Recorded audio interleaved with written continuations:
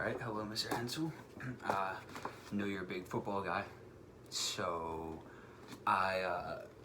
in the spirit of that, I'm going to try and do a 2-minute drill review of this. So I got a timer. I'm going to try and do my best to review and explain this book in 2 minutes, give you my sale pitch. Might not work out, if not, that's fine. But the book will be Dead Men Do Tell Tales by William R. Maples and Michael Browning.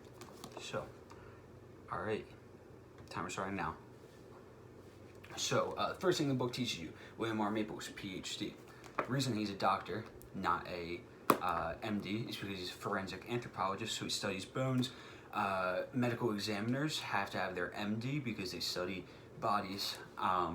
So, that's the first thing. Thought the book was fantastic. I really enjoyed it. It was a really good read, especially over quarantine. Whenever I get bored, I had this book right there. So he's a forensic anthropologist, so as I said, he studies bones, uses that to help solve crime, help solve mysteries, just all of that in general. The book goes through his life, so at the beginning it talks about how he used to be an ambulance, he worked on an ambulance for a nursing home, or not a nursing home, a funeral home, which I thought was funny because if they were alive, they would take them to the hospital. If they were dead, they would take them to the funeral home. But it goes over a bunch of famous cases he did.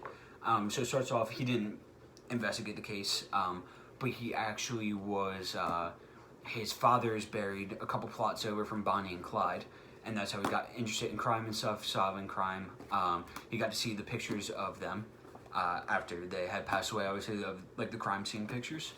And then it goes through a bunch of different cases. The main thing that he did was when soldiers would die in like a plane crash or whatever in Vietnam, they would send their remains to him and he would try and figure out who it was. But he also did some stuff with Tsar Nicholas II from Russia, and he did stuff with the Elephant Man, with his skeleton stuff, because he had all these like deformations, and he just did that stuff over his career, and like law enforcement agencies would ask him to consult on a case, or lawyers would ask him to consult. Goes over, oh, there's a timer, didn't make the 2-minute drill. He goes over a bunch of different like examples though. So in the middle of the book there's a couple of pictures, but he writes that like into the book, and it shows a picture of a skull, and so he hit the skull with a crowbar, and that was the cause of death. And he says, look at this picture and see, or try and tell me which one came first. So you look at the picture, and kind of hard to tell, you can't really tell. And he says, one has the fracture line go over top of the crack, the other just has a crack. So the one with the fracture line going over top came second because originally that just fractured the skull, and then he hit them again with the crowbar there. He has a lab at the University of Florida. He worked there for a long time, taught class, has some really like funny, weird stuff in here. Like he said, a lot of times he'll have like a police officer or someone will come in and they'll be like, oh, it smells good, is someone cooking ribs? And it's actually like a burnt corpse, because he said it's flesh, so it does smell good. He said it's really gross that it smells good. He wishes that it didn't smell good, but it does. Just a lot of stuff like that. So it's funny.